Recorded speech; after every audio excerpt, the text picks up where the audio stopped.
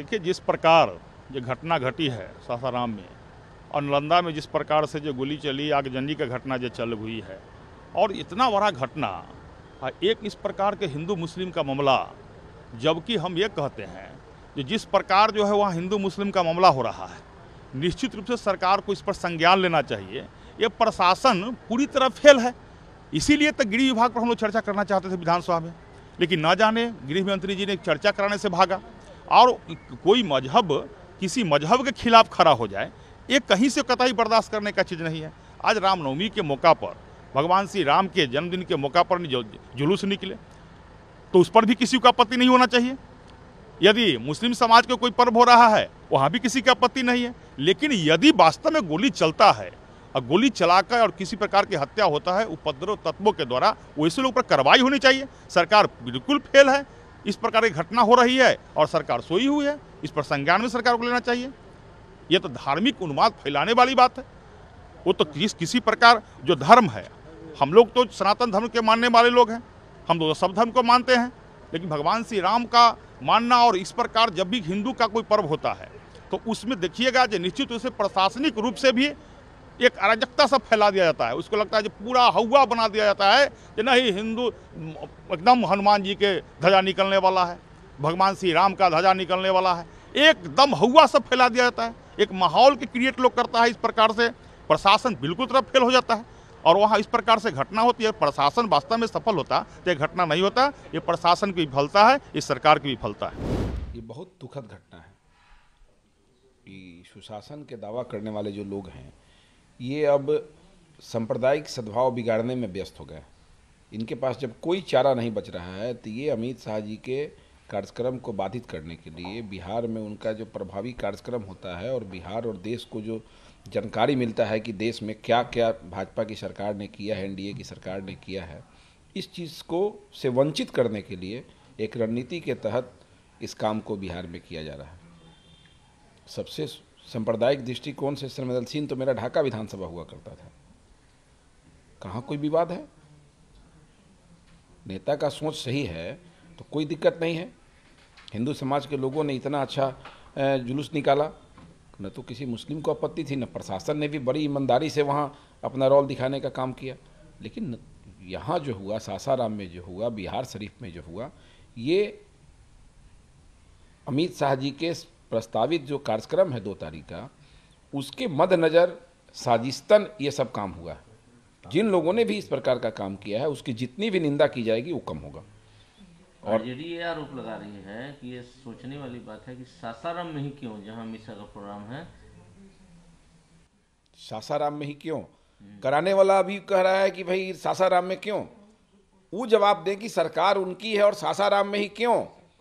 पूरे बिहार में जो सबसे सांप्रदायिक दृष्टिकोण से संवेदनशील जो इलाका है, किशनगंज है, अररिया है, ये जो जगह हैं, ढाका रहा है और भी जो ऐसा संवेदनशील है, उस जगह के बदले सासाराम में क्यों हुआ?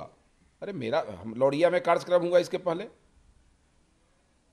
वैशाली में कार्यक्रम हुआ अमित शाह जी का, इसके पहले पूर्णिया में कार्यक्रम हुआ, कटिहार अमित शाह जी गए। तो अमित शाह जी का कार्यक्रम जहाँ होता है वहाँ यही सब होता है। भाजपा को अब काम के बदले वोट लेने के हम लोग लेते हैं। हम लोग को अब वोट के लिए ऐसा कुकृत करने की जरूरत कभी देश में नहीं पड़ा है। हमारी जो विचारधारा है, हमारी जो नीति है भाजपा का, वो पूरा विश्व जानता है, पूरा देश जानता है। हिंदुस्तान का हर नागरिक, हर जाति और पार्टी के लोगों को पता है कि भाजपा का एजेंडा क्या है, भाजपा किस नीति पर काम करती है। हम लोग को विवाद कराने की क्या जरूरत पड़ेगी भाई? ये नौटंकी लोग कर रहे हैं और ये ऐसा नौटंकी से कोई काम चलने वाला नहीं है।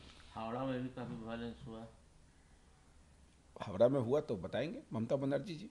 हावड़ा का तो सारा आपके यूट्यूब पर सब कुछ दिख रहा है, ट्विटर पर, फिर सोशल मीडिया पर सारा चीज़ क्लियर है कि सरकार का सह जब मिलेगा तो एक लफंगा जो है पूरे राज्य को जो है बारूद के ढेर पर ला के खड़ा कर देगा और आग में झोंकने का काम करेगा। वही हुआ है। जुलूस जा रहा है शांतिपूर्ण ढंग से, उसको कोई रोकने वाला, रास्ता रोकने वाला कौन होता है भाई कि नहीं जाएगा? सबसे कमजोर भगवाने हैं, सबसे कमजोर अल्लाह हैं कि बाजा बजेगा और जुलूस जाएगा तो भगवान भाग जाएंगे, अल्लाह भाग जाएगा।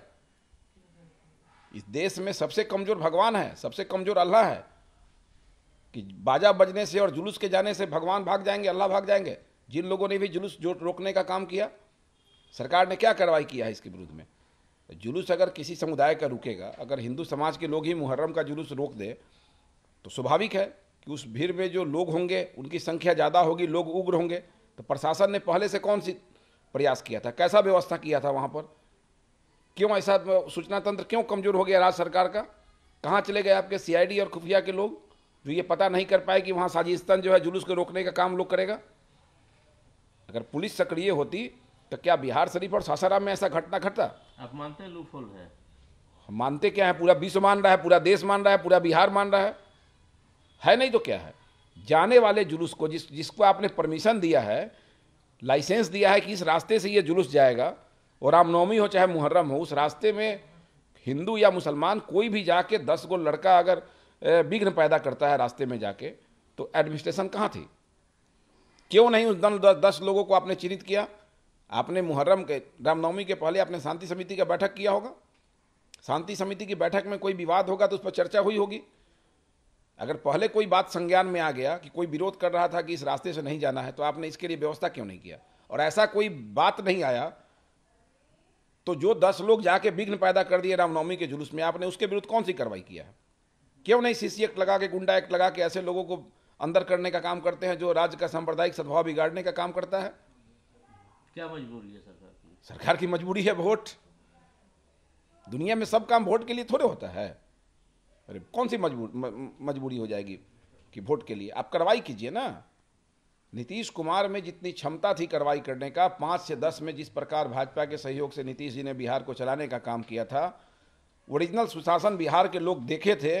वो चीज़ आज नहीं हो रहा है, इसलिए कि गठबंधन नहीं है, ये तो भाई लठबंधन हो गया, लठबंधन हो गया। अत्यंत ही दुर्भाग्य के साथ सूचित करना पड़ रहा है कि बिहार सरकार लगातार हम लोगों के कार्यक्रम के साथ सौतेलापन अपनाने का काम कर रहा है।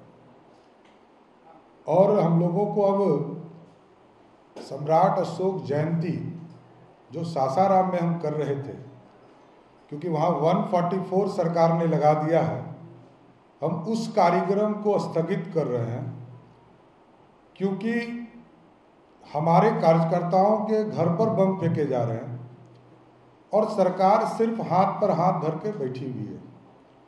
और एक नहीं, कई शहरों की स्थिति अब नीतीश कुमार जी से बिहार नहीं संभल रहा है। आज देखिए, बिहार शरीफ जिस इलाके से नीतीश कुमार जी आते हैं, वहाँ भी अव्यवस्था फैली हुई है, नौगछिया में अव्यवस्था फैली हुई है, और सासाराम जहाँ आदरणीय अमित शाह जी का कार्यक्रम था और कोई व्यवस्था ही नहीं रही वहाँ। कल रात तक एक पुलिस फ्लैग मार्च नहीं किया और इन लोगों ने 144 लगाया। इससे बड़ा दुर्भाग्य क्या हो सकता है? हम लोगों ने स्पष्ट तौर पर हमारे केंद्रीय गृह राज्य मंत्री जी को हम लोगों ने भेजा वहाँ कि आप पूछिए, जितना फोर्स चाहिए उतना फोर्स भारत सरकार देगी। लेकिन बिहार की सरकार सोई हुई है और हमको आज बड़ा दुख के साथ सूचित करना पड़ रहा है कि हम केंद्रीय गृह मंत्री आदरणीय अमित शाह जी का कार्यक्रम जो सम्राट अशोक जयंती के अवसर पर था, उसको स्थगित करना पड़ रहा है। बड़ा दुख के साथ सूचित करना है। नवादा का कार्यक्रम हमारा होगा,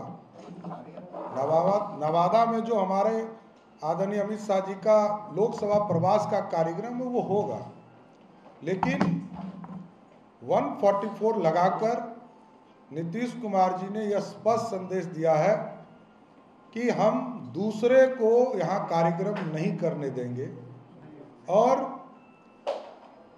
इनसे बिहार नहीं संभल रहा है। बहुत बहुत धन्यवाद।